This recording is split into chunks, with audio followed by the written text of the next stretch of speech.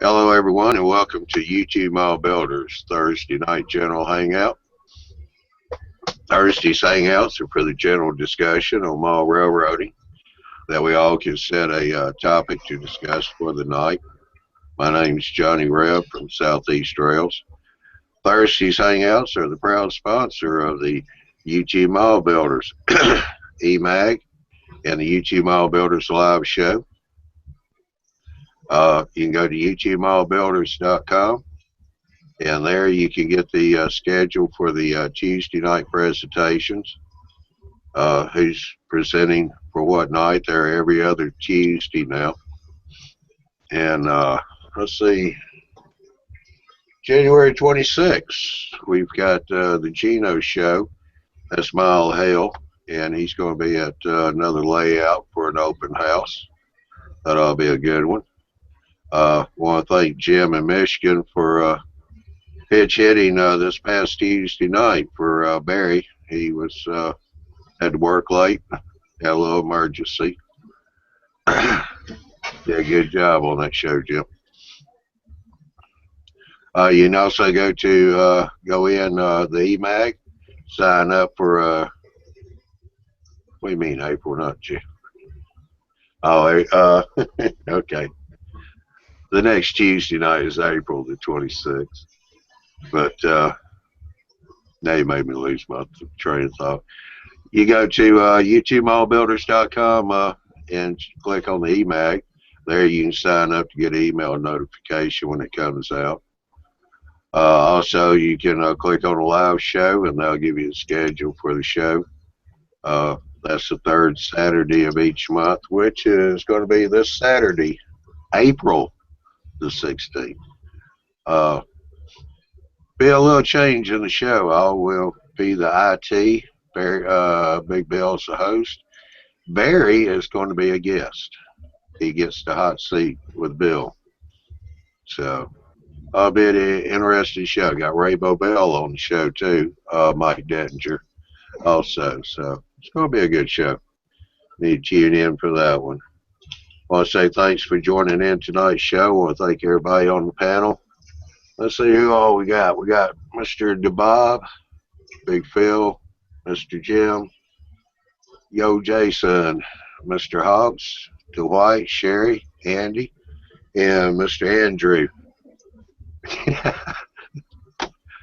Okay. Why is my camera off? Are y'all seeing me or? Yeah, I see you. Yeah, yep. You see you. All right, okay, there I am.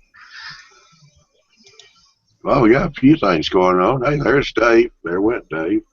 He'll be back.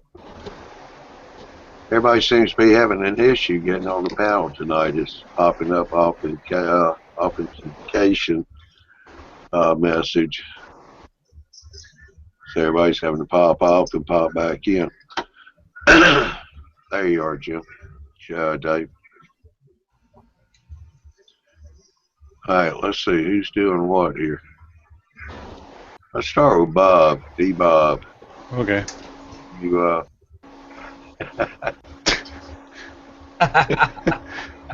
okay. Say hello, you know. I'm working on my helix. Yeah, looks like you done topped it out now. Yeah. Almost ready to put this top piece on around to the other side and then be done. Well, for now. Gotta hook up the wiring. Still gotta hook those up to a bus bar. And right now I'm gluing all these little block spacers in against these outside spacers, or bracing. So I can only do like 4 at a time. Oh, you didn't get any more clamps today, huh? No. I'm doing like, maybe 15 minutes drying, and then I can take them off. And the Gorilla Glue sticks pretty good. Yeah. So I can move pretty fast if I don't get interrupted. So you hadn't tested that helix yet? It has been tested electrically, yes. I've had an engine running on it. So it Top does to work. bottom? Yep, top to bottom, or actually bottom to top, top to bottom. Did it a couple times. Okay. Only had one set of wires hooked up to the whole helix, and you can definitely tell that there's a lot of voltage drop down at the bottom of the helix than there is at the top. Sure. So as it starts climbing, I mean, I had that thing up to probably 70%, and it started going kind of slow, and then as each closer and closer it gets, it goes faster and faster and faster all the way up. Oh, so it was actually hooked up at the top, not at the bottom. Yeah, I had it hooked up on, I think the third layer wires, Mm-hmm. and so yeah, it worked. That just proved all the solder joints worked all the way up. So, but putting the feeders on will definitely, balance out that electrical voltage. Yeah. Yeah. Sometimes I just don't do it. What's that, Andrew? How often are you going to put the feeders in that helix? Well, Troy had put them opposite sides on each layer, so that's what I kind of have in there now. So basically every maybe 4.5, 5 feet, there was a feeder.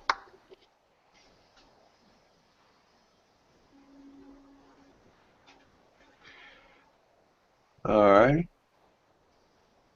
How about you, Mr. Phil? What you got going on tonight?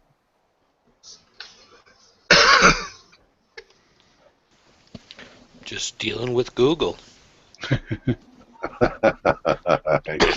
Dealing with the Google. Dealing with the Google.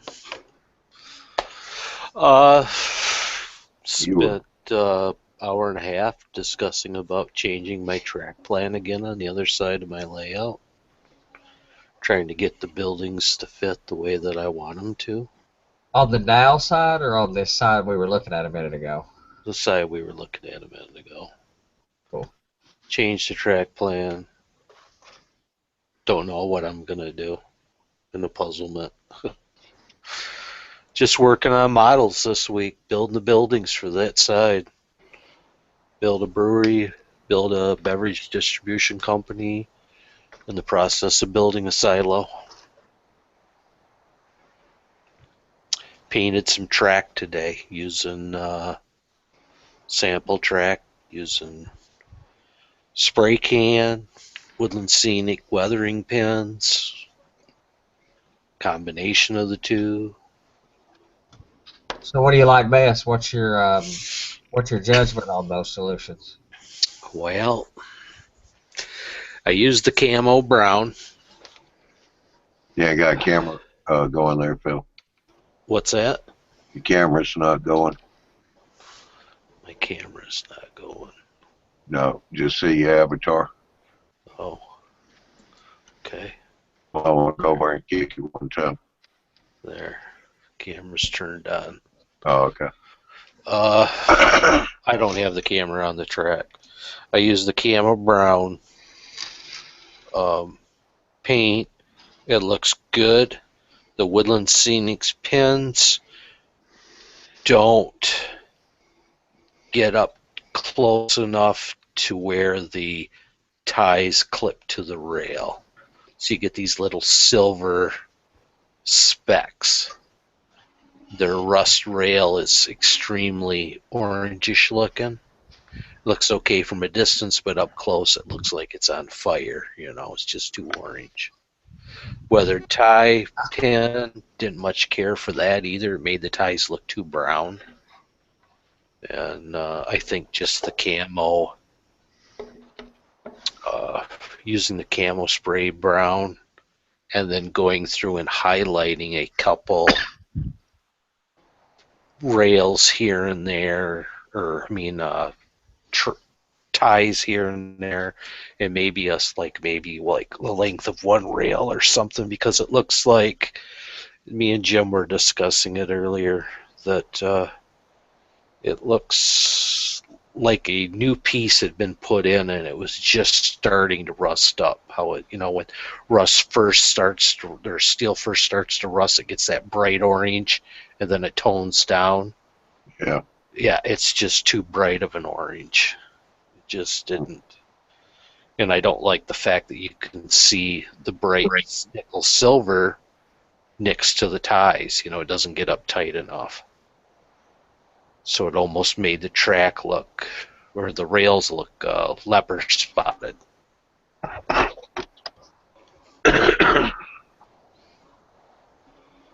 Yeah. I don't know if that's because of my track choice, or what. So I think you would get that either way, just because of how it applies. It's just I use the same thing, so I use that same dark camo paint, and I would recommend you doing the same thing as you were suggesting. Go through and paint a few ties,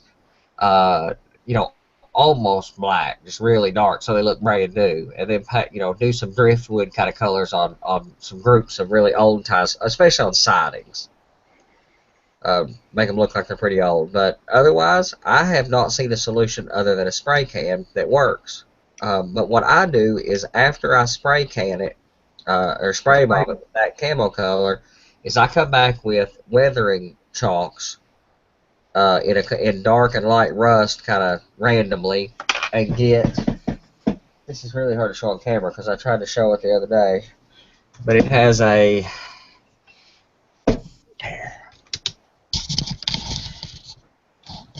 Let's see. It has a...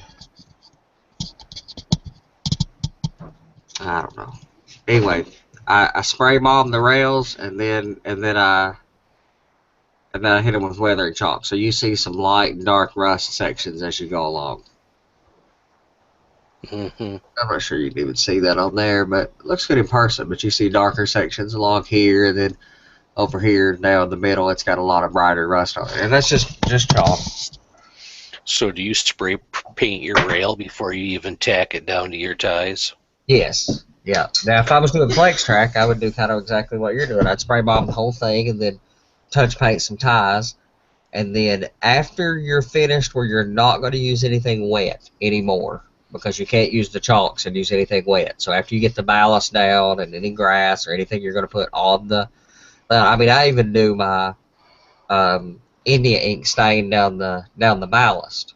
And then after all that's done and dry, then I come back with a really stiff brush, a real short brush that I've cut down real short, so it's real stiff, and then I rub that chalk really hard into the rail to kind of make it adhere into that paint. Right.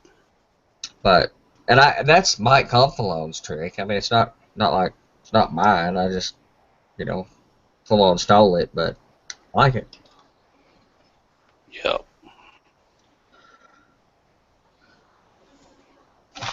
There's a lot of thievery in this hobby.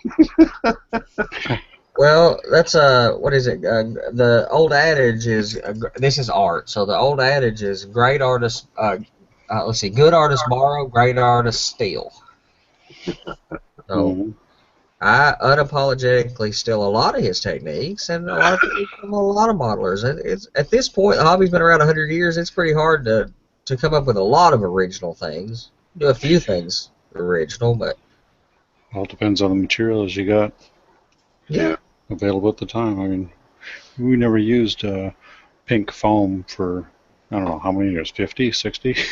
Right. Yeah, a lot of railroads built with plywood and plaster. Yeah. I don't think pink foam was even really available until 80s. Yeah, as styrofoam a building material. Like the 70s, but it was white foam then. Yeah. The stuff we use now is, building material, and it wasn't really considered as a building insulation, back in the day when I started. No, me either. And model railroaders don't, immediately adapt to things that are out there. I'm always looking at new things that are out there, but traditionally model railroaders, kind of find what works and use it for mostly their entire lives. So. Yeah, see, Mr. Hawks looks like he's wiring lighting the building.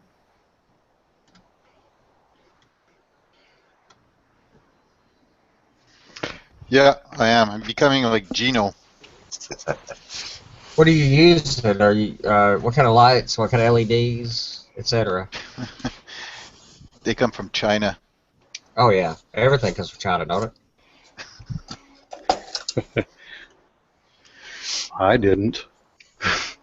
No, but we're all old school. They used to make good things in America. Now all the good things come from China. So Hmm. I'm from back when America made awesome things. These are the lights. I don't know if you can see them. Oh yeah, they're pre-wired.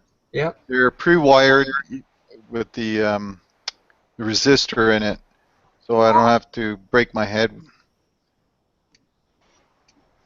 I love not breaking my head.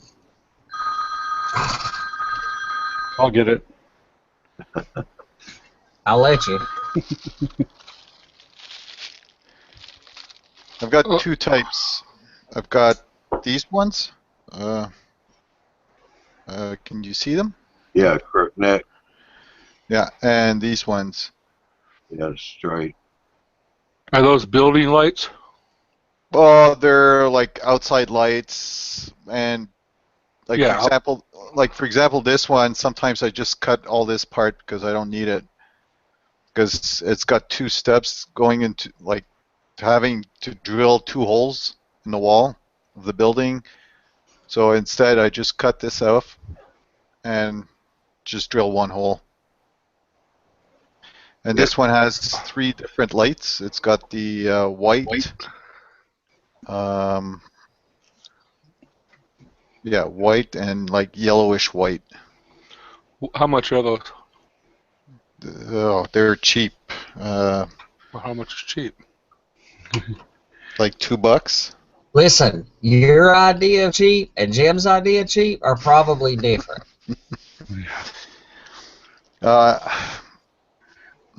I can't remember. I think they're about $2 each. Can I get $1.75? Can I hear $1.75?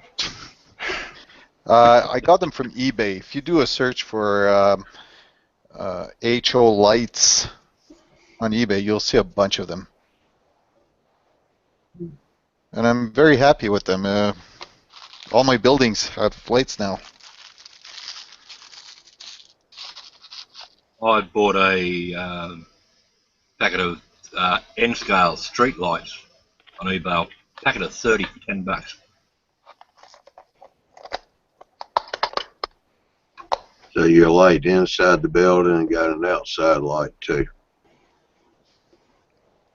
Yeah, that's because this little building comes, what is it? The trackside structure set. And this one is for the, what do you call it? The speeder. Oh, speeder shed. Yeah. I had no idea what a speeder was. I found out today, searching the net. And basically, I'm just going to leave it inside the building with the lights on, and I'll put a little figure in there. Yeah. You got one of those lights on the outside of the building right there, where your finger Yep. was just at? Yep. What's the dimension of that shade? Left to right, across, you know? Dimension of the shade would be, hold on.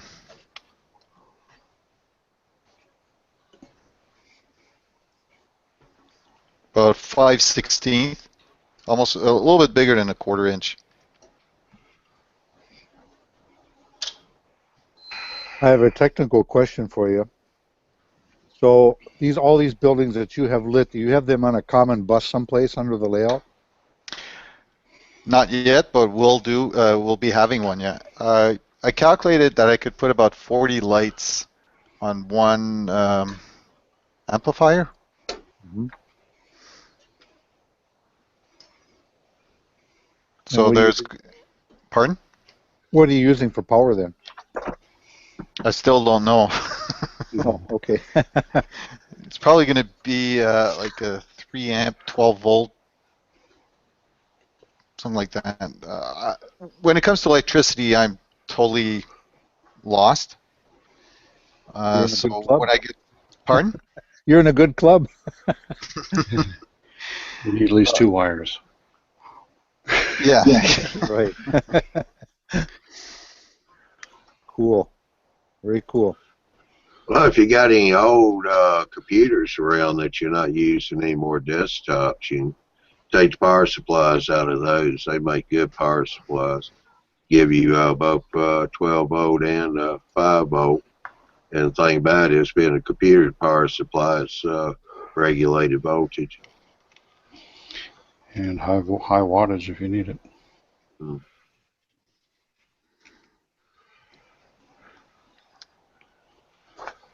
Unless you wind up with plus and minus.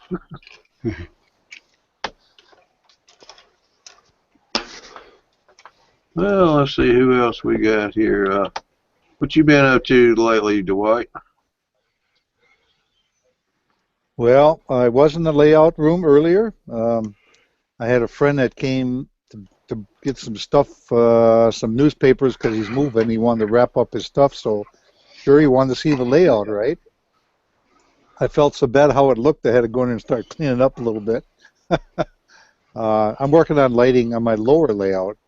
I'm putting in rope LEDs so I can see under there better. And I'm also laying some new track, some sidings, some main line, adding to the main line, expanding it a little bit. That's what I'm doing right now. Not right this second, you understand. That's what I was doing. In the short term. Yep. Jerry, what you've had up your sleeve?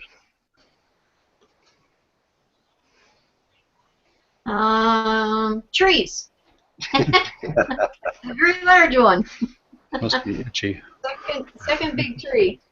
Yeah, I got my tunnel portals finished up today, and I got them on the where I'm going to place them on the mountain. So we got good weather here for the next couple days. So I'm going to get some trees made so I can get the base coat spray painted and get them going.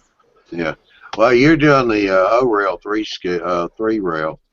So Yeah. about how tall are you making your trees? This one's going to be 15 inches. Move it back. Yeah. So. I think that'd be like a sequoia in N scale. Yeah, because this one is just under 6 inches. Yeah. So not that you can even really see the poor thing, but which is funny to look at it. It's like, oh, okay, what do we do with that one?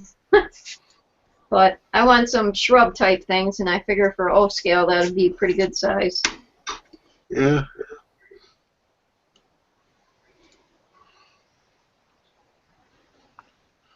So that's what I've been up to.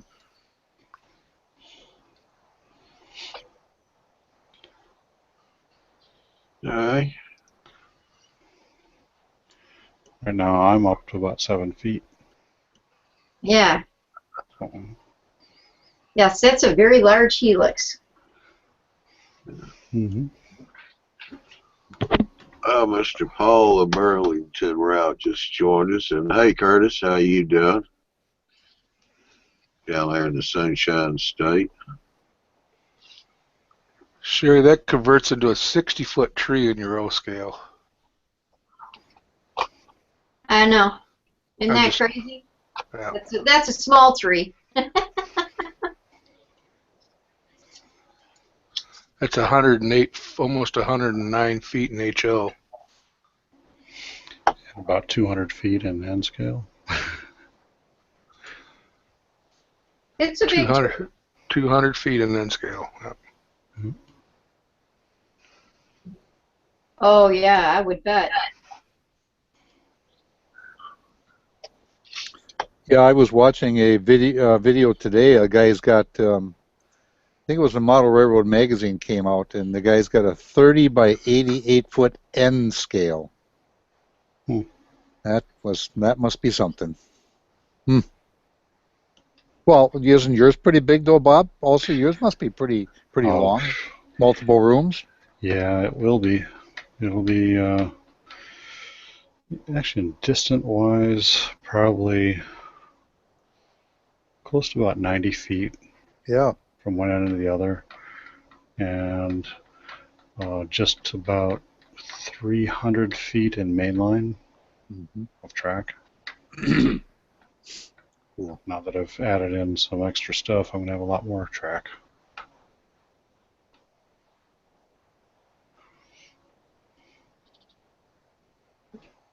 Oh, looks like Andy's off the phone.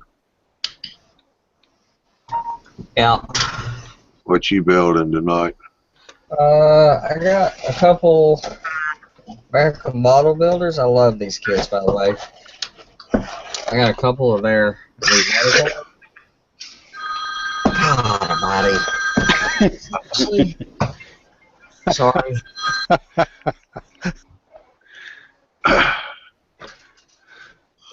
How about you, Andrew, while Andy's on the phone? Been up to any no good lately?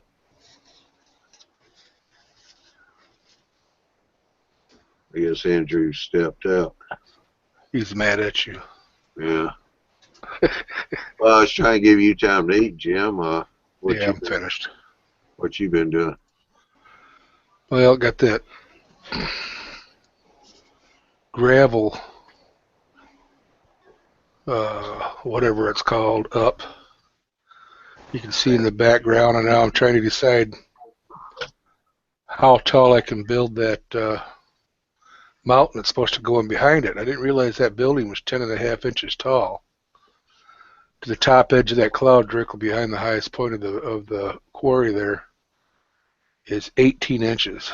So I'm going to have to go at least that high so that my building isn't dwarfing the mountain. Yeah. You know, so I don't know what I'm going to do with that yet. That's why it's sitting there like it is on my screen, because I keep looking at it trying to figure out how high I want to build that mountain that's going to go behind it. Because there's going to be a quarry wall just behind the building. It's going to be about 8 inches tall. And then from there, it's going up the mountain. Yeah. By the way, that bridge pier looks good. Oh, thank you. You got those in place for that bridge now, right? Yeah. Both of those are in. Bridge abutments there? Yeah, bridge abutments. Yeah. Yeah, those are the ones I casted. So yeah, that's what I'm doing, is trying to decide. Because I want to start working on that mountain today, and I set the building over there, and I looked at it and went, well, wait a minute. I'm going to have to change my plans. So I'm trying to figure out how tall I want to make that mountain. Not real sure if I want to go higher than 18 inches or, you know, because that building blocks so much view of the mountain. Yeah.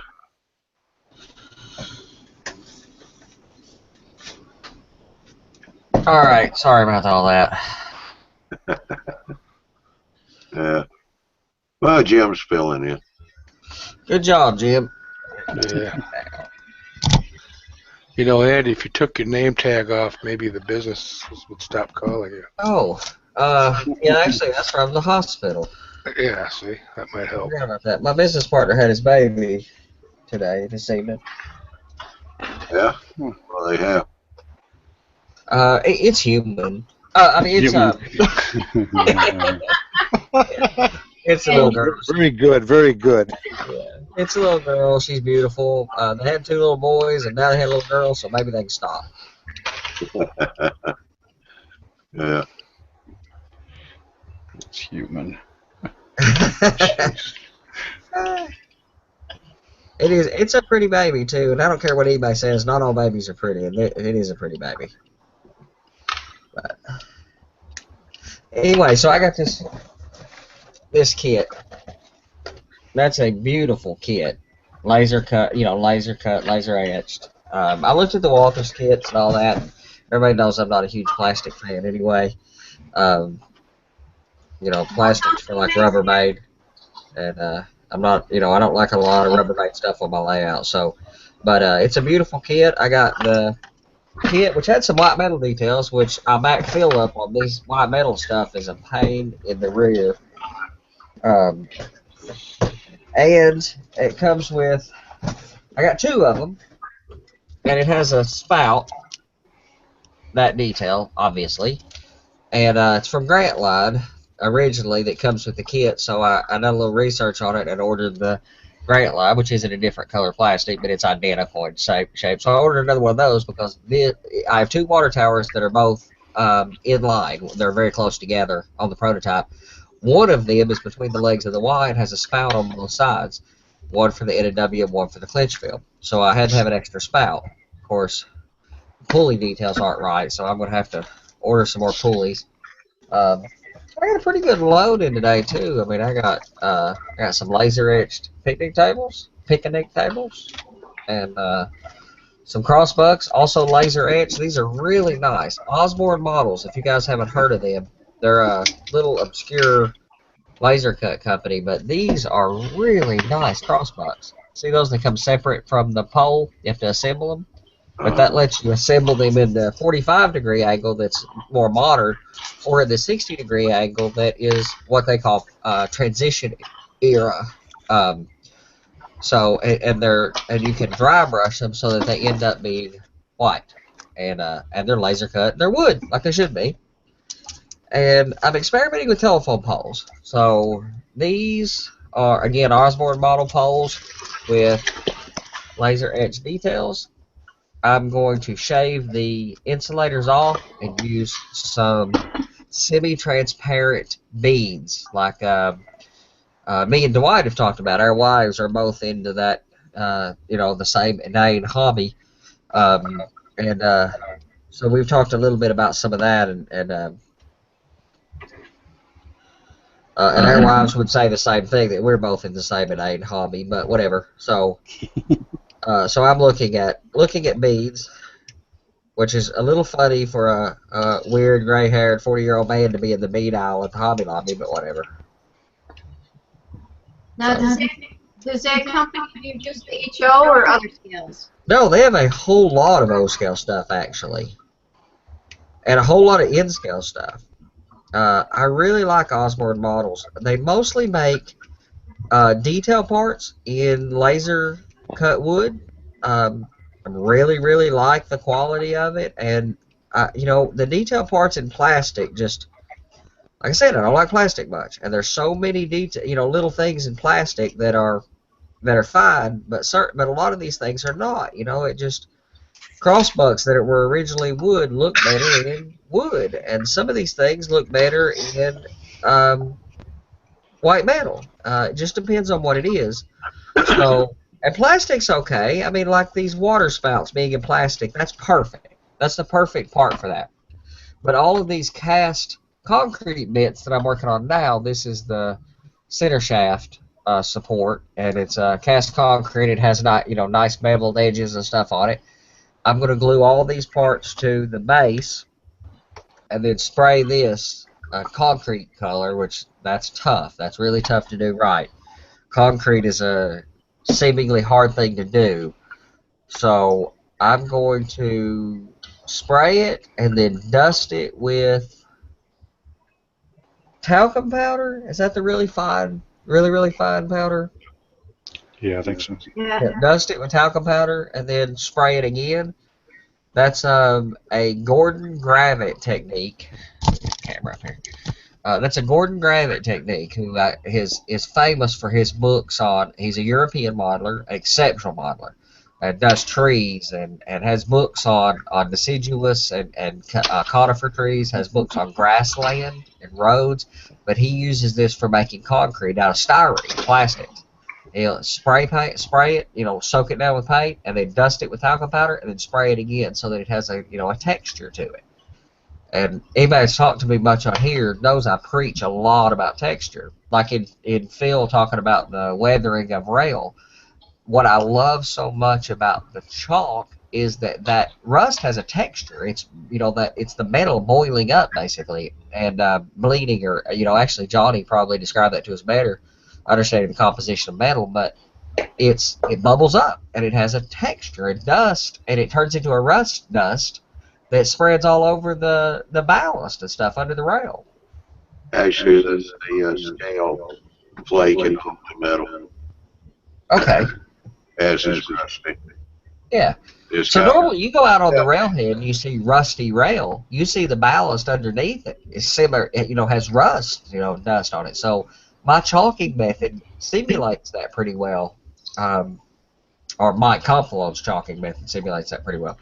So I like texture, and I think that's something that's sorely missed in the hobby a lot of times. We worry about getting color right, or that's why I don't like ground foam much. Ground foam does fine at getting the color right, but the texture of foam is pretty poor at simulating the texture of foliage and greenery in the real world, or even dirt for that matter. So I don't like ground foam much. Foam rubber belongs in my couch, but I don't care much about it on a layout. yeah. I do like it in my couch. I'm happy they invented the stuff. It's just not great for model railroading. So this is a really nice kit, though. But I got a whole box of detail parts, man. I got all kinds of stuff in it. I got power meter boxes and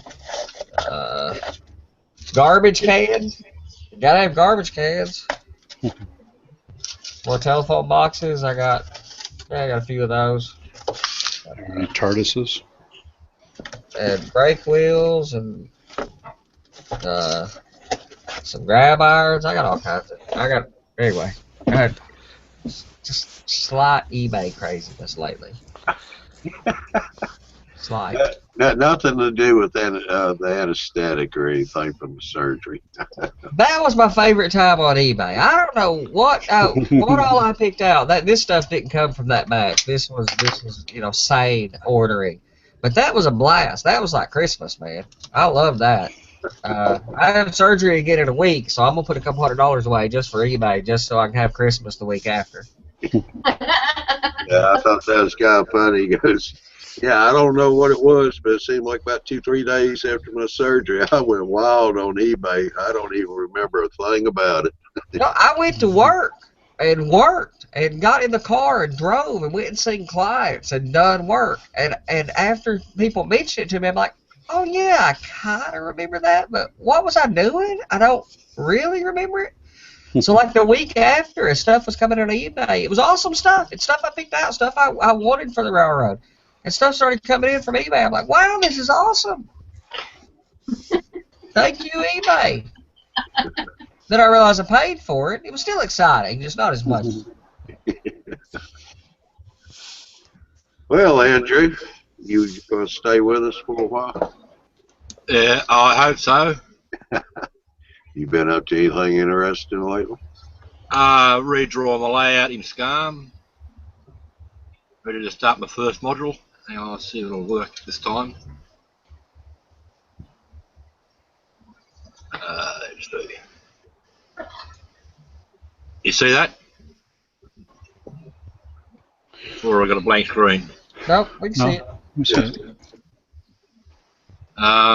Yeah, I'll just be marking around where I'm going to put some hills. I got rid of 2 tunnels here. Just sort of playing around to see what it looks like. All right. Yeah. Downloaded some 3D images to stick on the layout to make it look like the. Oops.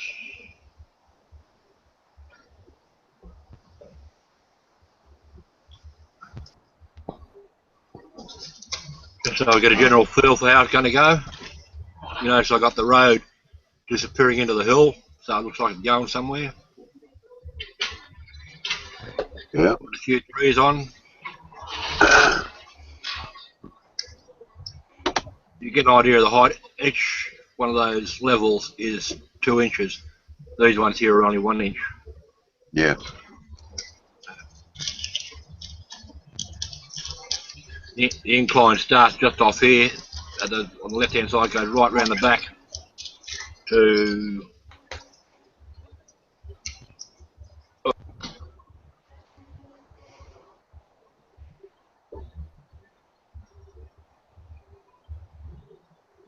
and stops roughly about there where the road is, and it's level all the way around.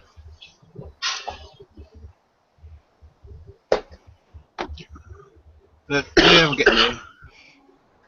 Got my timber for my framework.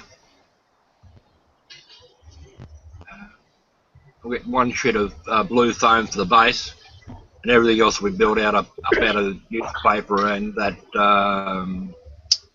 coating material and painted. Like the guy from Colorado, that guy we talked about the other night. Yeah, yeah. One of the guys at the club I taught him, he did that technique, and he reckoned he had great results with it. And I've seen his layout, so that's what I'm going to go at. It has a nice texture to it, and boy, I can't imagine a faster way to do it.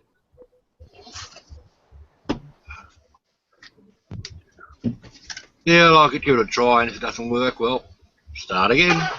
Mhm. And that's all I've been up to. All right. Well, Well, I'll second what you're doing, and I'll tell you, it's a really good thing that everything we try doesn't have to work the first time. Because it often takes me at least 3 or 4 tries to figure something out. How do I stop bloody presenting? should be able to go straight up top of the page where it's green and say stop. No.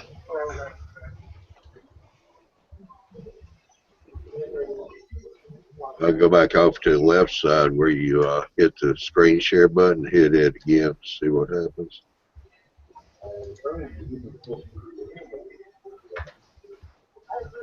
There you go. Yep, that's all. Mr. Jackson. Huh? This Hangout's been playing up something like shocking lately. Yeah. Hi, Jason. I saw you working on your trailer car. Yeah, I was working on it a little bit. I just decided to use a bulky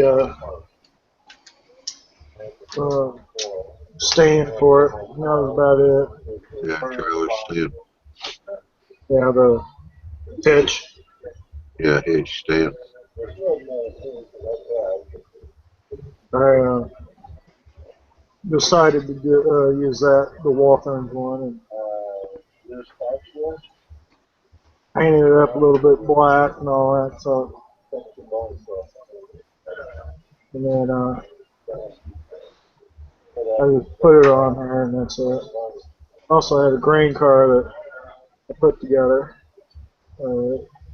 I took it apart and painted the bottom of it so it matched the majority part of the car and all that. So Yeah. next step on that will be weathering it up. And that's about it. Yeah. All right. I might work on some coal loads. I don't know. I don't know when. I just put them on the work desk right now, and I might work on it, might not. Depends on how I feel. It's been a rough week after last week, and been slowly coming back to the workbench. Yeah. Have to play catch up on the rest. Yeah.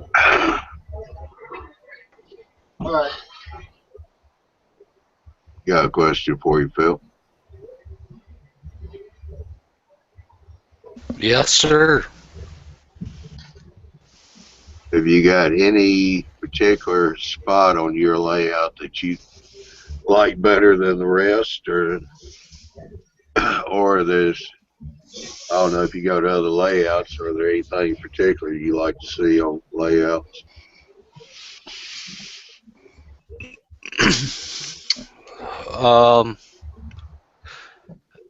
I wish I had more room because I really like to see a bridge in water. I'd like to see water on layouts, streams, rivers, bodies of water. All I can have on mine is like little puddles, you know. I Nothing just wrong don't. with puddle jumping. Yeah, yeah. Um, I think I like when it comes to layouts, I like to see long stretches, long runs. I want to see like a train going like across the valley or through a mountain long pass or something. I just feel that with the space that I had, if my vision would have allowed it, I probably would have went in scale to make everything seem, the layout bigger. Right now, it's like I designed it. I don't have everything that I want on it. I just run out of room. Yeah. The only thing that I could do different is I could take half my layout and totally get rid of my Dow Chemical side, and then I would have more room to do like a farm scene and that, and not have that. Yeah, that's one of the problems I had. That's why I went in scale, because I'm very limited in space. Yeah. If I was to start today, if I was to start all over and haven't done anything, just researched and watched, excuse me, I wouldn't have done my Dow Chemical side. I did that because it's local. My dad and grandfather worked there, and I worked there, in there for a short time. And so, it kind of hit close to home, but it eats up so much real estate to try to get it even to look halfway like a large, chemical plant. Oh, yeah. And I could have, done a river on that side and probably pasture with, fly fishermen and cows in the field and, things like that. I like the steam engines. I think they're pretty cool, but I think I like more modern what's available now. What's out there, like let's say late 90s and 2000 to present. I'm having a hard time finding vehicles for my layout from in the 1970s without paying $40 for a car. I won't pay that much. I just think that's ridiculous for a little 3/4 inch car that looks like a Buick Riviera from back then, Yeah. Yeah, it looks like it, but it's not worth $40 to sit. How am I supposed to fill up a parking lot with cars at $40 a throw? You got to become a model car dealer. And then they just send you stuff. You just lay them on the lot. Right. Someone buys them. If I went with the 60s, there's lots of vehicles from the 60s and the 40s and the 50s. There's select years where they seem to model. If I was doing late 60s, there's all kinds of early 60s and late 50s, cars. It's hard to find late 60s and 70s cars, especially trucks. It's hard to find pickup trucks, and that's what I would like, because a lot of these are manufacturing plants, and that's what men drive, here in Michigan. A lot of guys, they drive pickup trucks. Yep. 4-wheel drives. Got to get through the snow and get to work. That's right. Somebody's got to get to work to pay the bills. So does that answer your question, John? Yep. Okay.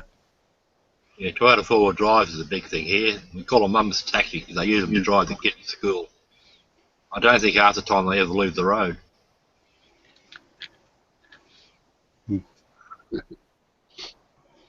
Yeah, not like y'all have 2, 3, 4 feet of snow down there either. Yeah. Yeah, the other thing I'll be playing with, courtesy of Troy, is building my own turnouts in the fast track system. And curse Troy, I've messed up the first 3 I've made, but I'll get there. Yeah.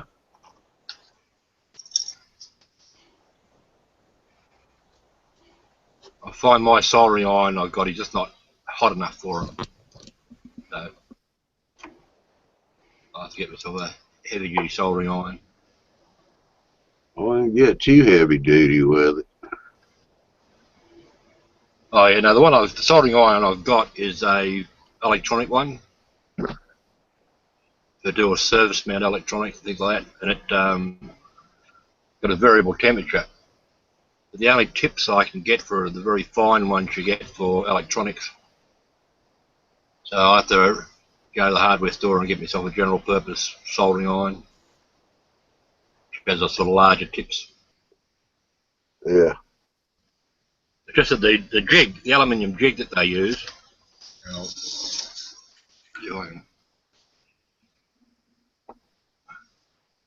it just soaks up a lot of heat. Oh yeah. Trying to solder, unless you've got a really hot iron to compensate for the heat you lose in the jig. First learning curve.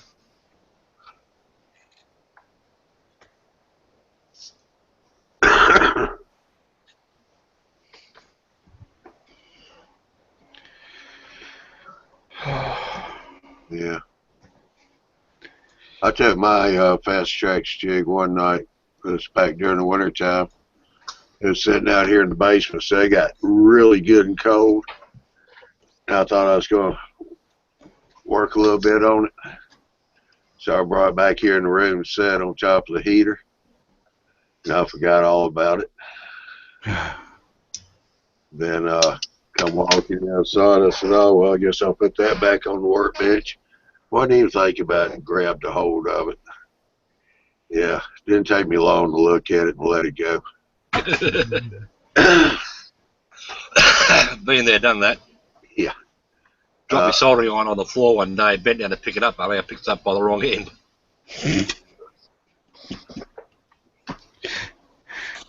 There's this electronics guy on YouTube that he's famous for blowing crap up that he's showing people, and grabbing the wrong end of the soldering iron and sparks flying. You get electrocuted all the time because he's just not paying attention. Oh man. It's not the professor, is it? No, I don't think so. Well, Chris has got a question for you, Bob. Oh, okay. He's asking, is that a helix in the corner, and how are you going to fix the track if something goes wrong? Chainsaw.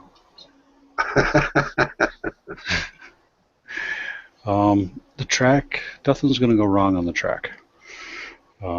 Tried and true and tested by yours truly, Troy Penzimas, and he never had any problems with the track, the way he laid it out. And I hope not to have the same problems. Or well, excuse me, you have success. access to it anyway, Bob. Yeah, you have access to it. Oh yeah, I've got access to the inside. Yeah. It's just, yeah. If you try to get on the inside and try to solder something, yeah, there's not really a whole lot of room in there. But I mean, I probably could take off some of the braces to get into something if I really needed to. But on this backside, yeah, it's a little bit more tough. I probably should have thought that through before I put it up. But it's still accessible. If I really have to, I can take off this whole shelf, take it down, and get in there and work on it. But we'll see. Yeah, Curtis said famous last words. Yeah. Because right now I took out Troy's custom switch assembly that he had in there, and it's code 55, and I've got one maybe 9-inch section in there that's code 55 hooking up to code 80, which is on the helix, and I've got to also have code 80 on the rest of it, so I gotta make a transition piece because that one's kind of soldered into the helix and I can't really get at it to pull it out. So I'm working on that issue at the moment while I'm waiting for glue to dry.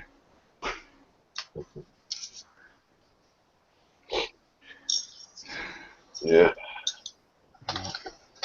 How you doing, Paul? Doing good, John. I forgot all about the Hangout on Tuesday. I got on the computer about 11:30 at night, and I see I had 2 invites from Jim, so I didn't want them thinking I just, blew them off or forgot about it. Other than that, I've been keeping out of trouble so far. Oh, that's good. You just haven't been caught yet. Well, yeah.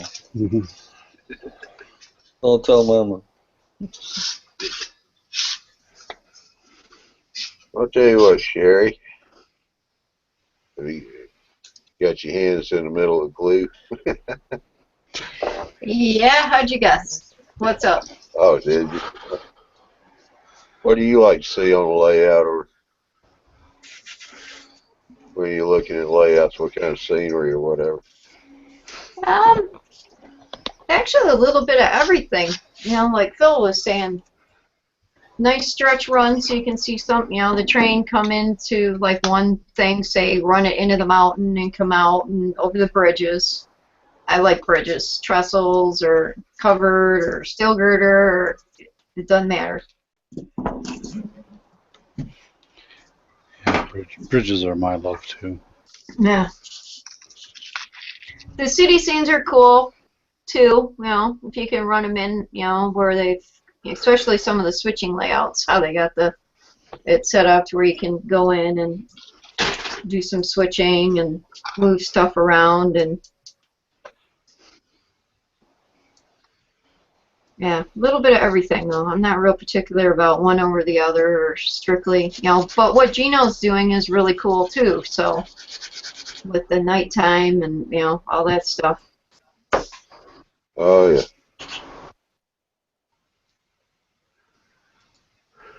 Yeah, one thing I saw one time, that one guy that was doing the train TV show, I can't think of the name of it, didn't get a chance to really watch a lot of it, but he go ride on different trains and talk about them and all. Like it was either Los Angeles or San Diego, where they're coming into the big yard there. The only access they had was come in through the city. And they actually dug like an open tunnel and had double tracks running through there for the trains to get in and out. Huh? I remember seeing that, but I forget where it is. Yes. Either LA or San Diego, something like that out there in California. Yeah, it had steel grid on top so you couldn't fall off in there. It's like a big trench or something. Yeah, big trench. Yeah. Got the roadway on both sides. I thought that was pretty cool. Yeah.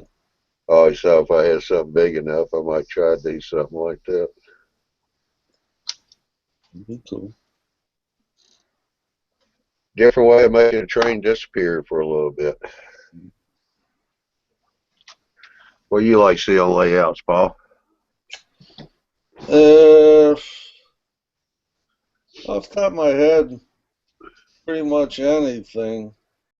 What, in my opinion, there's only a couple well done fall scenery. A lot of times it looks kind of too bright and garish to me, fake. But if you can do it well, that would look nice too. You know. I don't know. I'm doing Illinois corn country, so I don't have too much scenery to worry about. Yeah. So I have a question for you, Paul. What are you using for your corn? I just bought, it's not the greatest looking, but I don't remember what it's called. It's on a big roll. It's plastic or a rubbery type plastic. Mm-hmm. And I think it's relatively new. I ordered 2 boxes of it, but I can't remember the name of it. Let me go dig it out of the basement. I'll be right back. Okay. I'm looking to do a cornfield in a section of mine. Yeah, Curtis said he just likes to see trains running. Yeah.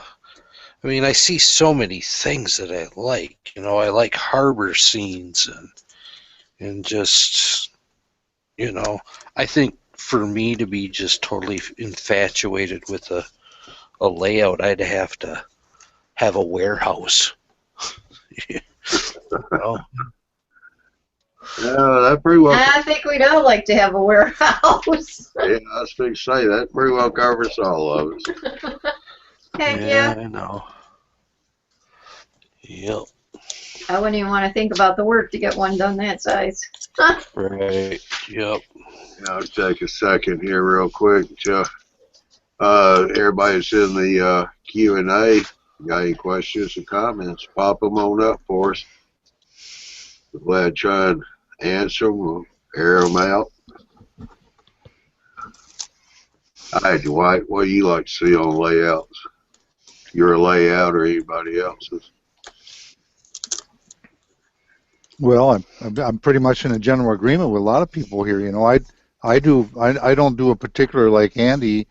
I don't do any particular era or anything. I like freelance a lot, but I do like my Amtrak station. You know, I enjoy bringing trains in and out and watching the people get it on and off. But I like to do. I'm getting more into switching now. You know, it's nice to let one run around the layout for a while, but while that's running, I like to do a little switching in there. You know, to make some different cars go different places, and that type of thing. And with 2 different size layouts, that keeps me pretty busy. Yeah. So do they call you Sir Freelance a lot? That's right. Very good, Bob. Next time you come to St. Paul, I'll be watching for your car. What about you, Jason? Anything particular you like to see on layouts?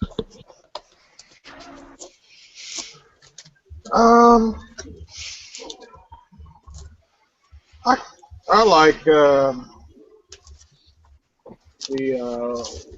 wow feature of a bridge scene sometimes. Even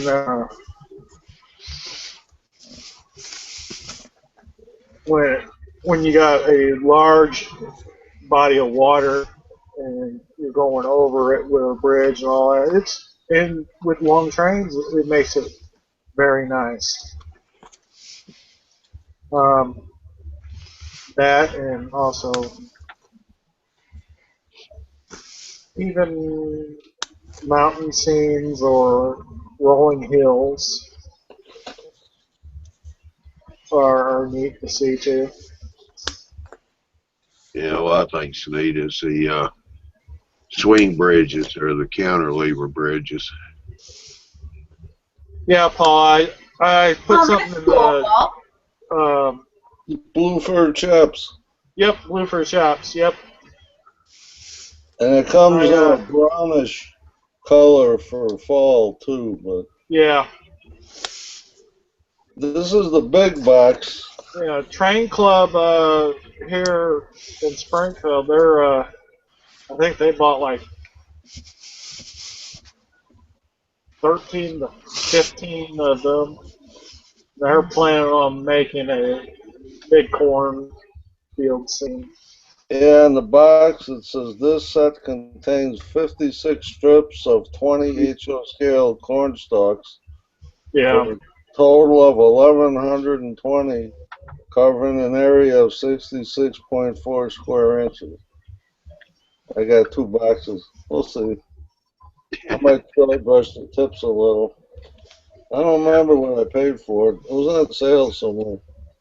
Yeah, it was when I saw the price of it, yeah, I'll have to wait a while for that. Yeah, I saw it was sale. I snatched it up, but I don't remember. The BluefordShops.com. Yep, That's Oh, I got a caboose from that company. It's nice. you're saying Buford Shops? Bluford. B-L-U. Oh, BLU. Yeah, F-O-R-D. They got the transfer cabooses. Yep, I got one of them. Yeah, I got a Rock Island. Yeah, Andrew, he's over in the Q&A now. He said if you can afford a warehouse, you can afford to have someone build it for you.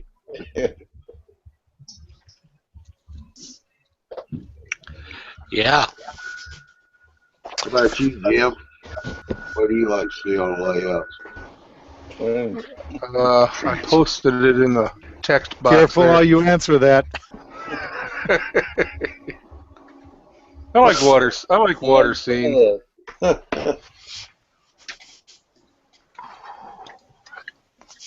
I like water scenes. I like forest. I like, I just like nature scenery. Yeah. I like turtles. Ninja Turtle?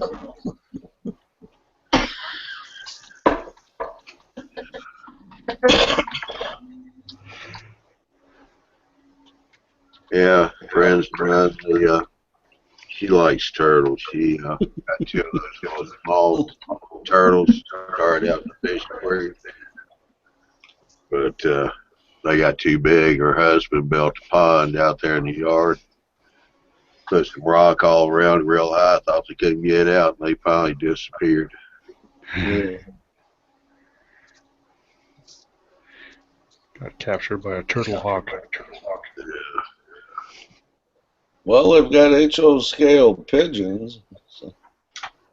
Well, I kind of interrupted Jim on what he was telling us, what he liked to see in the layouts. No, I pretty much summed it up. Just scenery. I like scenery. I like scenery. Yeah, we'll blame that one on Bob with his Oh, yeah.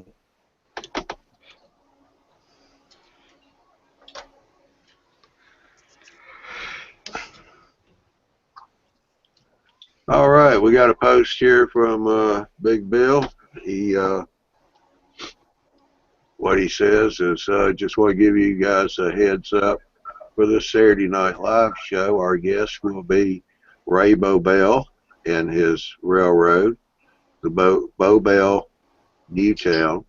He will be discussing maintenance of diesel engines and the various tools to get the job done. Thank you, Bill. Good old Ray. I always thought that you bought them and you used them until they started getting kind of crappy, and then you sold them on eBay and bought new ones. I didn't know you had to do maintenance to them. Oh, man. Too funny, Phil. This could be a very informative day for sure. It is going to be for me, because I don't know how to do any of that stuff. That's just like wiring. If it ain't a red wire and a black wire going to a negative and positive, I'm lost. Diesels aren't hard. It's the steam engines that just.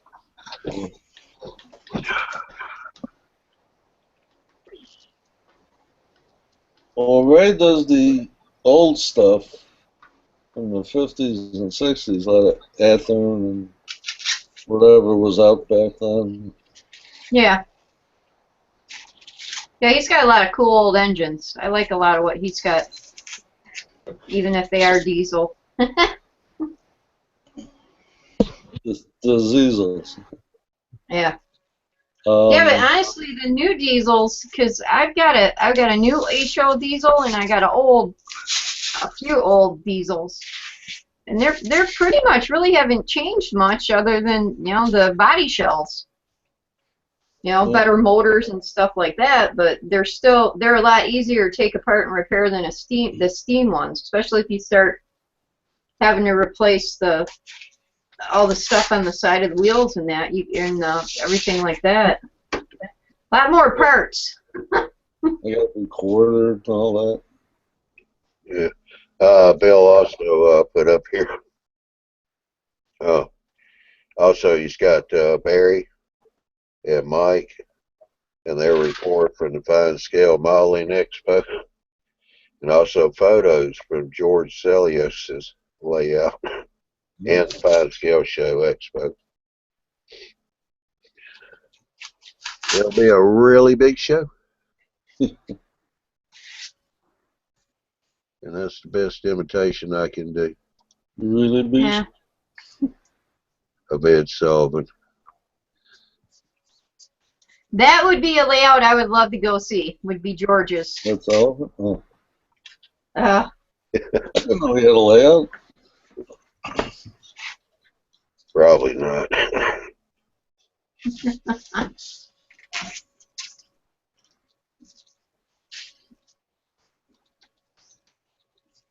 Yeah, that would be something to see.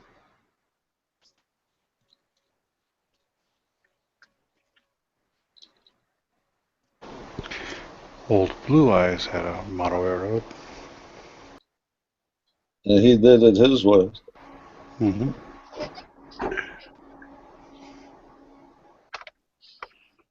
Yeah, he probably. I've never seen it or heard about it, but I'd imagine he probably had a Lionel. Yeah, it was on some show that I ran across. Can't remember if it was on YouTube that I saw a video of it. There may have been something on YouTube on that. Yeah. I didn't see it, but in passing, I might have noticed. Yeah. It was like a professional TV show kind of thing, you know, unknown things about stars that are dead. Something like that. They're still dead. Newsflash. For the life of me, I cannot remember what his name is. An older guy, or? No, well, Blue Eyes, the singer. Oh, Frank Sinatra. yeah, Sinatra. All I had was, you know, Ed Sullivan in my brain, and I couldn't get it out. Now his kid just died a couple weeks ago. Hmm.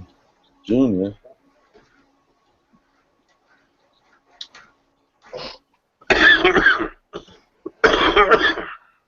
Yeah, there were a bunch, but can't think of any besides him. The more modern days, you got what's his face, Rod Stewart. Mm-hmm. There's some other musicians that have stuff too. Yeah. Well, Present Mr. Hawks to let everybody watch him do a little building. what's he making? What was that? What do Oh, you? I'm just wondering what you're making. Oh, I'm making this little speeder. Oh, okay. Boy, those parts are small.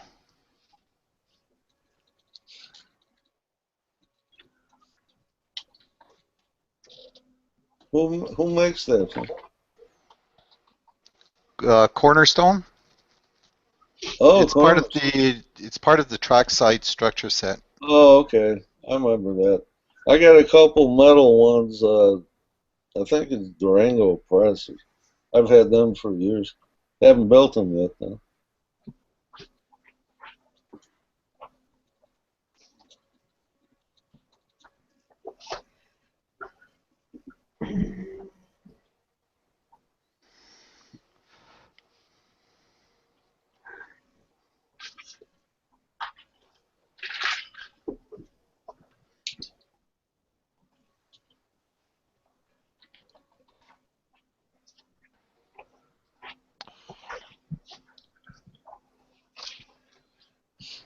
Now, don't everybody speak up at the same time. Okay, how do you make transition track if you got two different gauges of rail? Well, Chris Healy showed us just taking a rail joiner, clipping out the center a little bit, right in the middle of the rail joiner, sliding half of it on the taller rail, and slide it on the smaller rail, and slowly bend it up to meet the taller rail. Fidge with it a little bit till you get it nice and smooth across the top of the rail, and then solder. Yeah, but I'm trying to put it into a insulated joiner. Uh-huh. So I was trying to go in, I'm in a tight spot, so I can't really do it that way.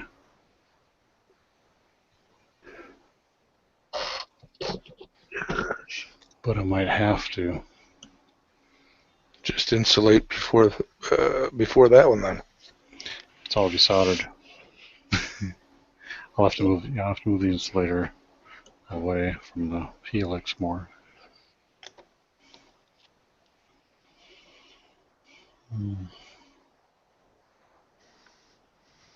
Yeah, probably gonna have to do that then.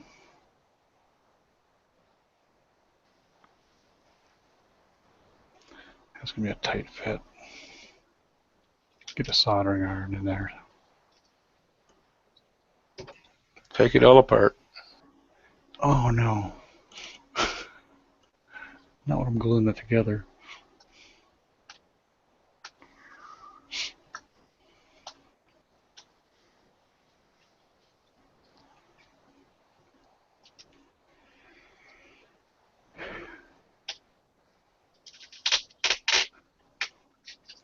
Well, I could take the legs off this thing and fold it down.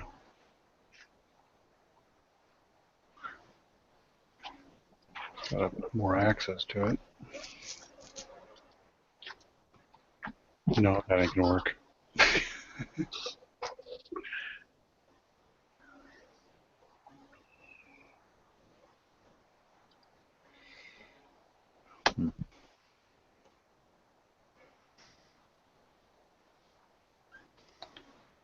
Well, I destroyed this section of rail. Well, I'll show you one of my latest questions. Let's see.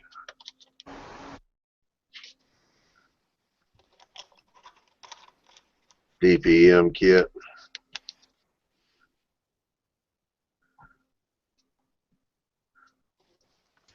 Sweet. What's that say? I couldn't see the title. Yeah, which one's that? It's Skip's Chicken and Ribs. Oh, okay. Oh, yeah, I've seen that one. That's cool. I like the name. I don't. I was going to change it to Johnny's. Being here in the South. Yeah, you can do that. It's my railroad. That's right. Besides, why wouldn't you? Yeah. I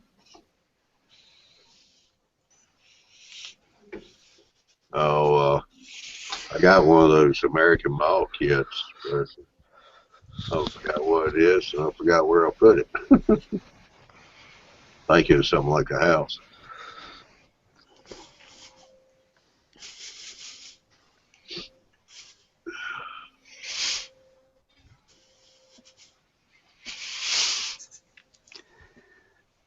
Big Bill also said that Barry took a ton of photos, and wait till you see it. It's great. Cool.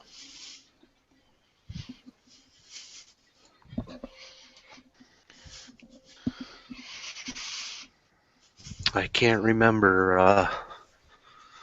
The wife had asked something about Saturday. And I'm like, hey, as long as I'm home by 10 o'clock so I can watch the live show, I don't care. Oh, yeah, she says, That's right. It's Saturday night, isn't it? Oops. Guess I should have been doing something else, huh? I'll be okay. Tell her I'm the IT guy this time. So she go, oh sure, go ahead. Yeah, my kids are moving back into town. They'll be showing up Saturday night, so I think I'll be a little busy. It's always something.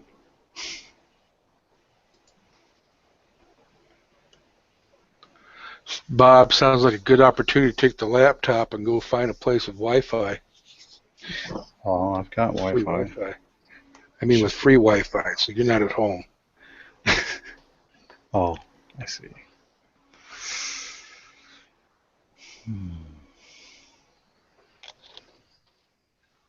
Nope, it'd still find me. Does your wife got a low jack on your laptop?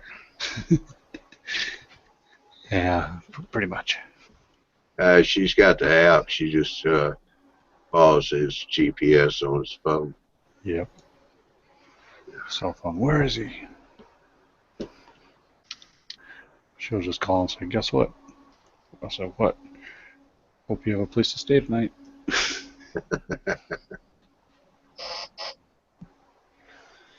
like, oh, great. Not again.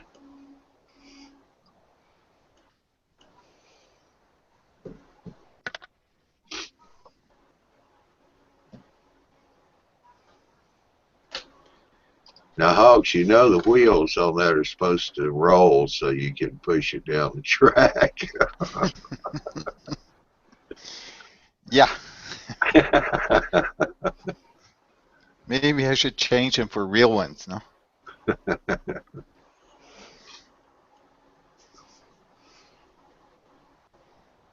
Nah, it's going to stay inside the building. Yeah. That's why I put a light inside so that you'll be able to see it inside. And I've got one of those figurines that I could put inside also, just for the looks. Yeah. They'll look good.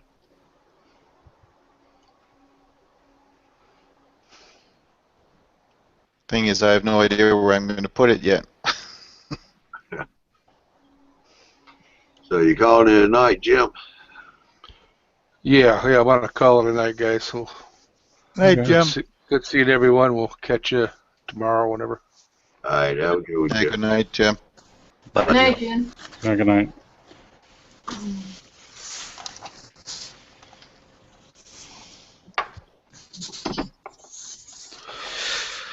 well,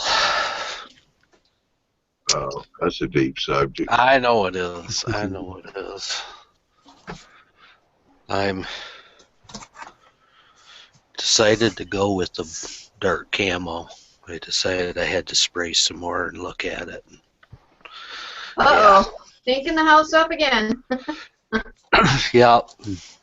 The wife won't be home for a couple hours. Get it drying quick. Stepdaughter's in her room sleeping, so she's got school tomorrow, you know. Gotta go to bed at 10 o'clock. So I can stink up the downstairs a little bit. Some paint. I'm going to call it a night also, because my headset is beeping saying that it has to be charged. Yeah. Oh, yeah. Good excuse.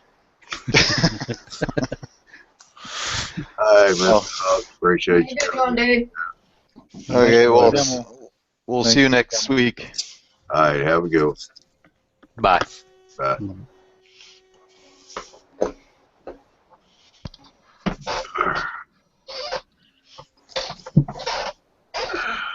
You got your camera over by it, Phil?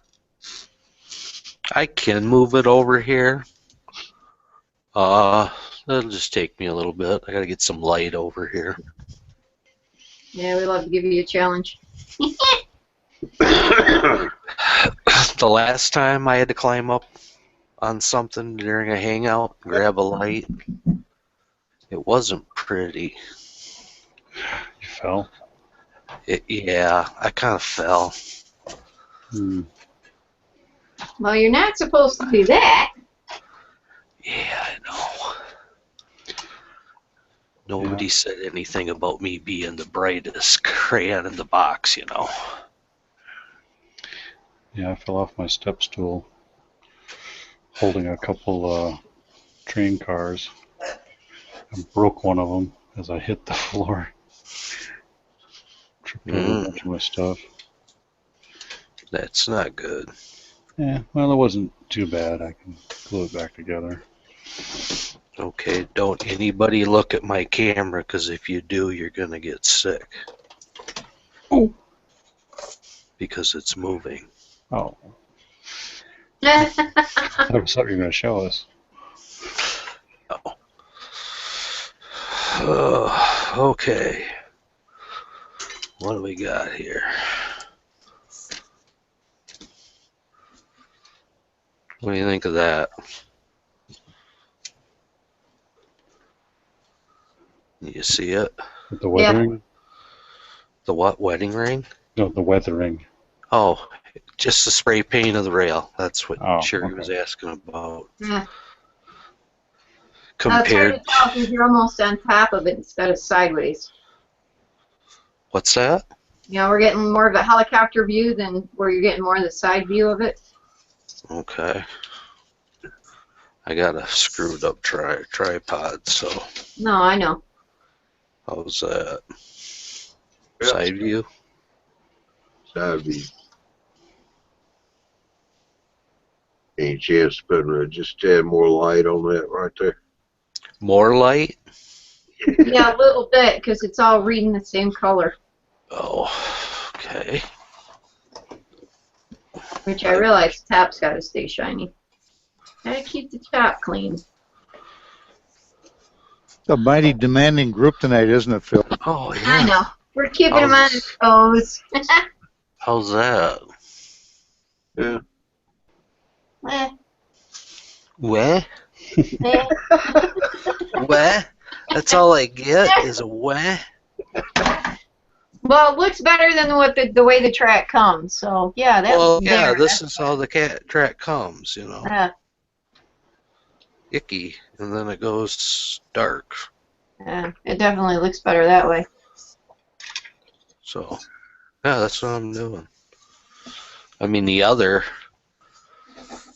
Let me see if I can show what I did earlier today. Yeah, that rust stuff was way too red. Yeah. This was earlier today.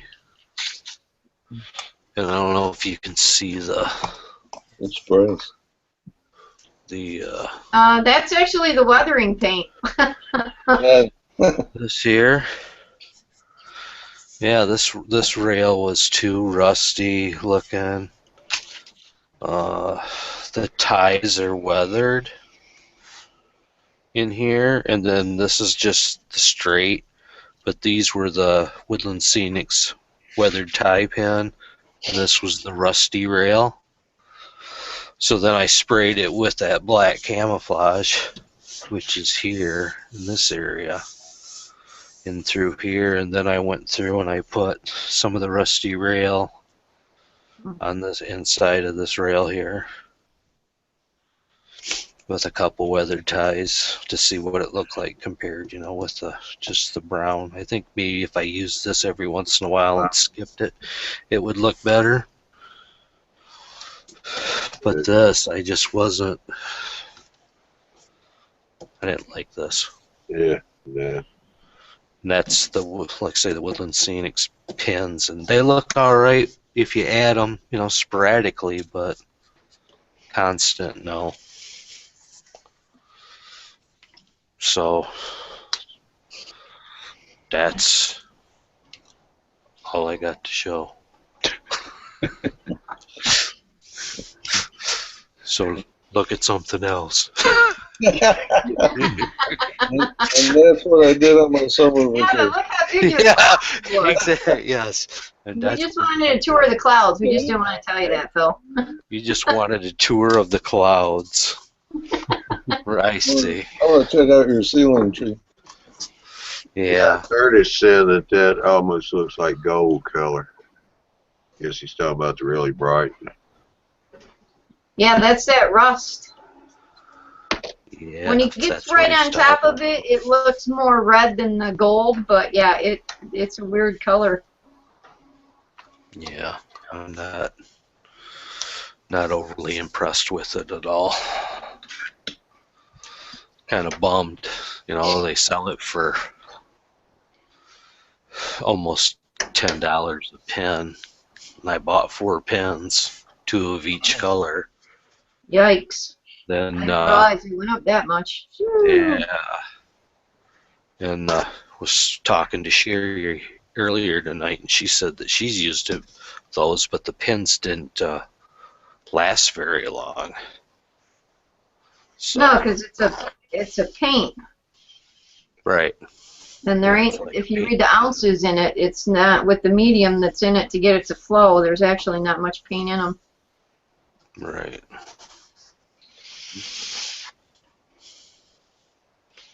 So what I thought I would do was just go through and hit areas where there was in between turnouts and, you know, roughly, just to get it down. I don't know what I'll do, you know, to get more paint so I can get in and do the turnouts. Probably spray it into a paper plate like I've done before and painted it, you know, taking the paint off of it, hand painted it.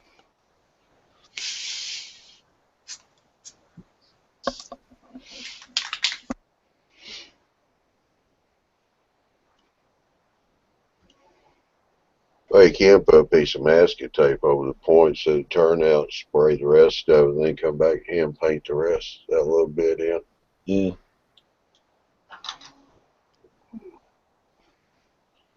As long as you don't get paint where the points make contact on the rails, so you pick up electricity.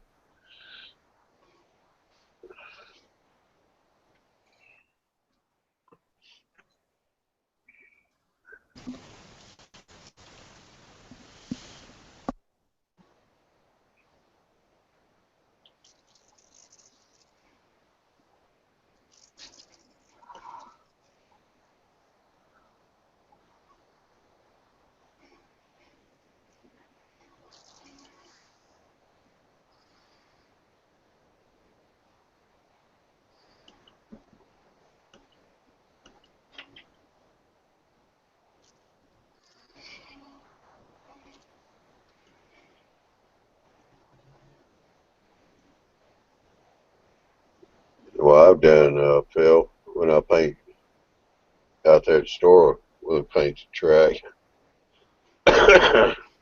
We'll just take a piece of scrap wood, let it dry for about a minute, and then go rub the top of the rail. It just peels that paint right off.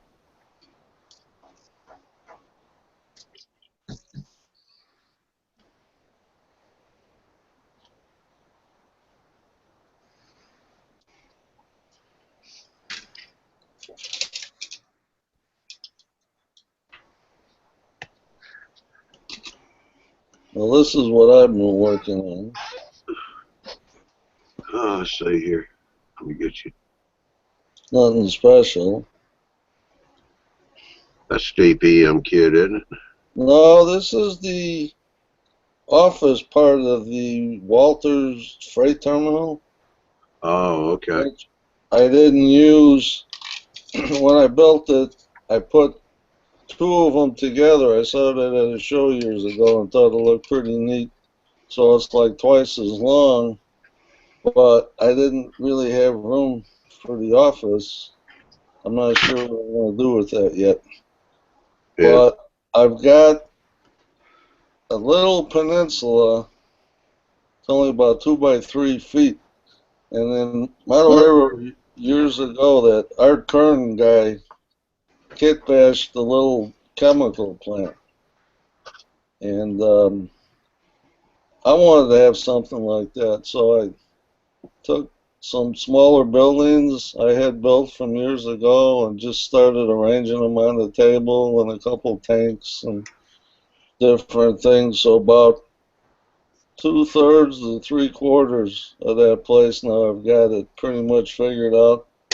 how it's going to go and how the tracks and everything are going to come in.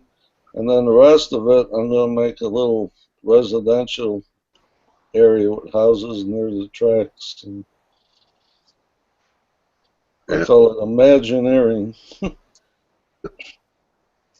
that'll work.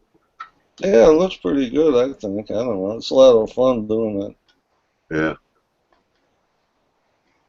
So I've got a general overall track plan, but nothing's written in stone, just pretty much the plan. The rest of this, I almost make some of it up as I go, whatever fits. Yeah. But I needed a small one of the buildings. I needed a smaller office for the chemical place, so I decided to use this thing. It fits in there real nice. Probably only about 3x5 or so, or 3x6. That'll be good.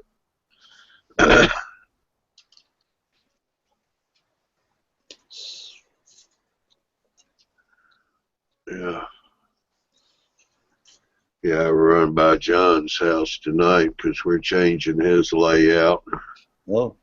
I figured everybody else has been tearing theirs down. Why not tear his down? It wasn't working anyway. So he's getting a little excited about that. Well, that's a good sign. I can understand that. Yeah, it's over at night. Oh, well, we're using these tables, right? I said, John, we can't use nothing. I said, we got to get the styrofoam off because I want to reuse it. It turned out they glued the heck out of everything. The framework, all of it. Oh, jeez. But when he glued the foam, he's got that 2-inch pink foam. They used the just regular wood glue. And it had already started kind of turning loose because Dad could pull up part of the foam anyway. He said he'll figure out how to try and get it up. He said he has some sheet metal out there in the barn. He'll see what he can do about trying to slide that up under there to break that glue loose. But a lot of the framework, as long as I can, he said he used screws and glue. And I said, well, hopefully we can back the screws out and then we can use the sawzall and just cut it right at the joints. And I'll be able to use a lot of the framing for bracing or whatever on the new. I was going to say, the only thing I've really glued on mine, even with the heavy woodwork, is just the foam pieces together. Just because if I ever got to tear it apart, I can salvage it. So. Yeah. I learned that one the hard way. The first one I scrapped a lot of it because, yeah, I did overkill with the glue. Never again. Well, I mean, you know, Mike, this is the first time he's ever built anything like this. And well, wanted to make sure it didn't come apart. Yeah, because he's always used to any woodwork he's done is, you know, use a lot of glue and a lot of screws and nails. So he even glued the legs on this thing. They weren't going nowhere, was it? No, he's got it bolted to the floor too, the legs. Wow. Used L brackets. Yep. Wow. Huh. In my layout this time around, I used treated 2x4s for the legs. Because once in a blue moon, you end up with a little bit of water down there. Yeah. Well, John's at the opposite part of the house. He's in the attic. Well, the only time I ever used glue on benchwork, on the old layout, I did it all L girder. And the 1x2 and the 1x4 to make the L, I glued that. Yeah, that's part of John's is going to be L girder. He's got a pretty long peninsula. It's going to probably be about 16 feet long. And I'll build that in L girder just to make it easier to build. but the rest of it's not that much. It's around the wall. It's only going to be about 12 to 16 inches wide, except where the yard's going to be. And that'll probably be about 20 inches for that. Yeah, Curtis said that he tried to save his and ended up throwing it all out.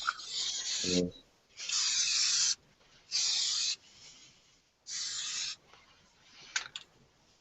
Well, Mike didn't know. He's just, they'd gone to a limited number of layouts, and he figured it needed to be really, really strong.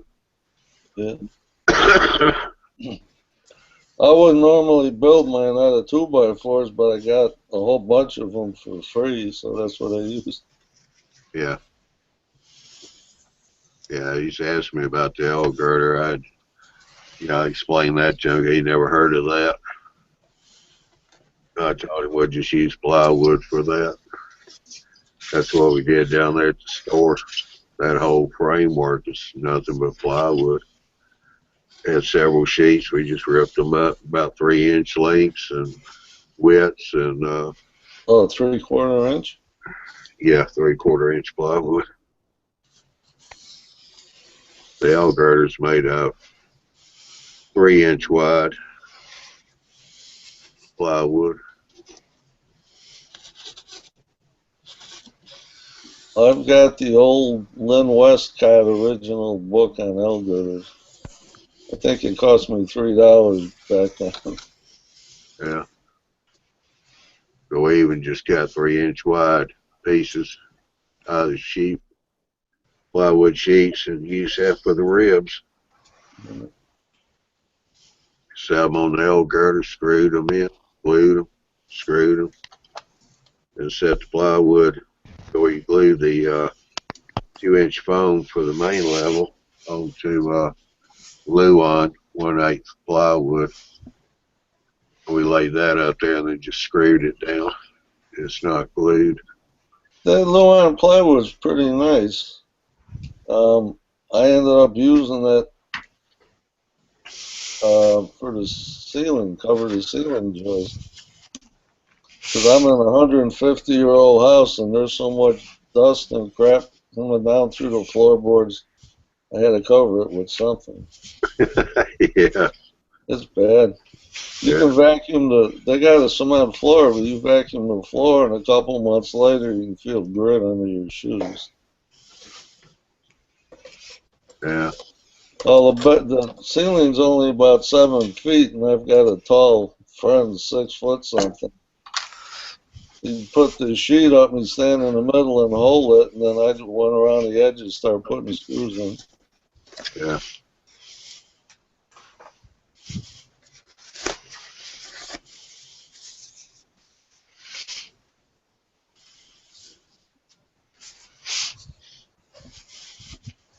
All right, Dwight.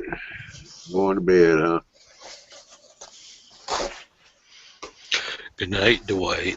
Hey, Dwight. Didn't get to talk to you. Maybe next time. He gone.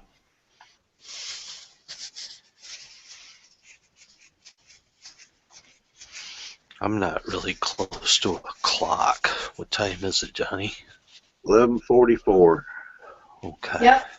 It's it. You would think. Got 45 minutes before Marie gets home. Okay, thank you. Yep, you're good. Hey, how would you know that? It's fast. You live in Georgia. How would you know that? Because you and I are in Hangouts when she comes down and sneaks up on you when she gets home. Yeah, you like to see me jump, don't you? She walks into the room. Yeah. She wasn't even supposed to work tonight. She actually went into work at noon today. Wow, that's a long. Well, she went in at noon, was home by 1:30. I'm like, what are you doing home? She goes, thought I'd catch you doing something. You were supposed to be. And then she laughed. She says,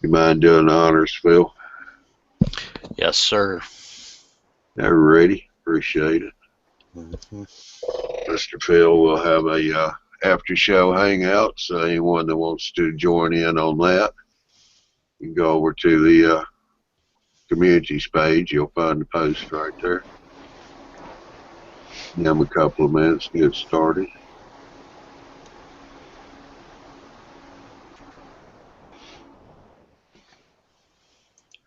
Appreciate you going down and getting those corn stalks there, Paul, bringing them up, showing them to us tonight.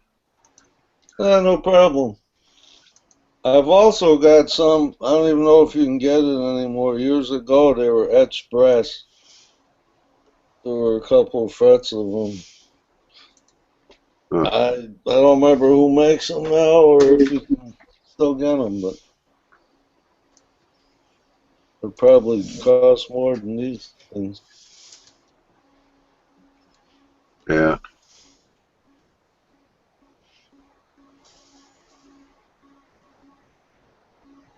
You don't know how the how a corn stalk would look being an etched brass. Be kind of flat looking.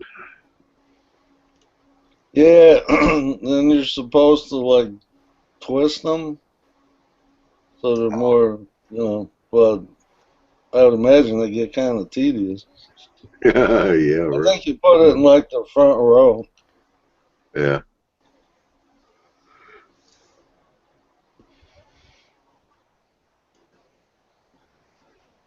Yeah.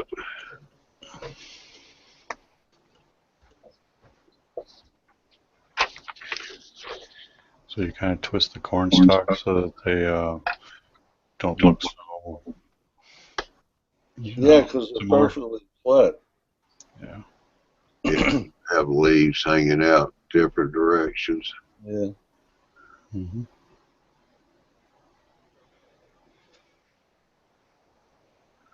Well, I tell you what, we'll just go ahead and wind this one up tonight. Since I actually started it pretty much on time for a change. And I was in a big rush too tonight. Went over to John's and that wound up taking longer than I really wanted to take. So, alright, that should be visible to everybody. Alright, I want to say keep checking in on the UTMallbuilders.com website for all the latest news and info on the Tuesday night presentations, which are now every other week. We have another one coming up on the 26th of this month. That's the Gino show. He's going to have Miles Hill, and Miles is going to be at another layout, so it'll be an open house style. That's what Miles is doing this year. The fellow's name is Steve Priest. My understanding is supposed to be a really nice layout, so might not want to miss that one. If you do, you can always go back and watch the recording of it. We also have the eMag. That's bi-monthly, comes out every other month. The latest issue came out earlier part of this month. Yeah. JD and his crew did a fantastic job on that. That one was on signals, all kinds of signals, railroad signals. Then you also have the live show, which is the third Saturday of each month. That's coming up this Saturday. Big Bill is going to have Rainbow Bell on the show, and he's going to be showing off his layout and also how to do maintenance and what tools to use for maintenance work on engines, locos. That's going to be an interesting show. He's also got Barry, instead of being the IT, Barry's going to be one of the guests, him and Mike Dattinger, because they went to the Fine Scale Expo, and Bill's going to interview both of them about the expo. They also took a lot of pictures, so we'll be seeing pictures of that. And also, they went to George Celios's layout, and Barry took a lot of pictures there too. He'll be sharing those on Saturday night, so it's going to be a really big show. And so you don't want to miss that one.